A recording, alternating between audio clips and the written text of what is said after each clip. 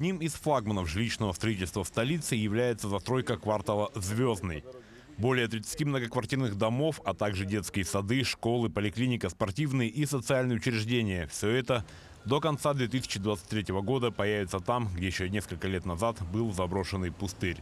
Вообще очень интересный проект. Мы посетили сегодня строящиеся дома. Я не случайно зашел внутрь, посмотрел не только качество отделки, но и мне интересна, естественно, коммунальная инфраструктура.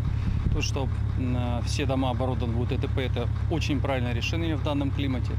Но и вообще я считаю, что строительство идет очень хорошими темпами. Мне очень приятно было сегодня участвовать именно в установке первой сваи нового комплекса. Это очень важно. Я уверен, что если также будет дальше развиваться строительство в республике, то вы двинетесь хорошими темпами. А сегодня была забита первая свая на участке, где будет строительство третьего сектора микрорайона «Звездный». Качество работ и темпы строительства оценил заместитель министра строительства Российской Федерации Алексей Ересько. Одна из задач, которые решаются при квартальной застройке, это помощь в расселении жильцов из ветхого и аварийного жилья. В стране запущены программы, позволяющие получать помощь и поддержку из федерального центра, и в ближайшее время эти программы будут расширены.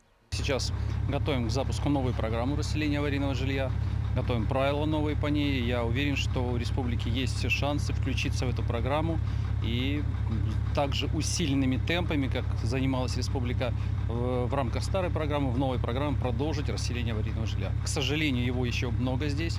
Мы сегодня тоже осмотрели кварталы, которые застроены практически полностью, к сожалению, уже аварийным жильем. Но надо двигаться дальше. Кроме того, в правительстве региона отмечают, что в последнее время в республике хорошо развивается и индивидуальное жилищное строительство.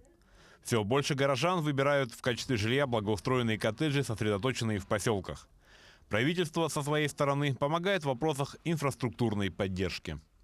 И сейчас у нас строится несколько поселков, в том числе один из них вот в базовом переулке в городе Якутске, по новому стандарту уже комплексная ИЖС-застройка. Я считаю, за этим, конечно, будущее индивидуального жилищного строительства, поскольку мы знаем, что на территории Российской Федерации в целом коттеджное строительство коттеджными поселками – это устойчивый, уже такой проверенный временем формат.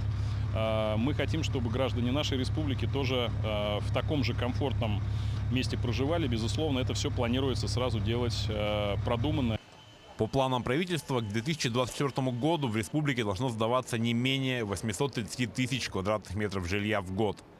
А цель на ближайшее время – это строительство 1 квадратного метра жилья на каждого жителя республики в год. Александр Хавренко, Артем Алексеев, Якутск.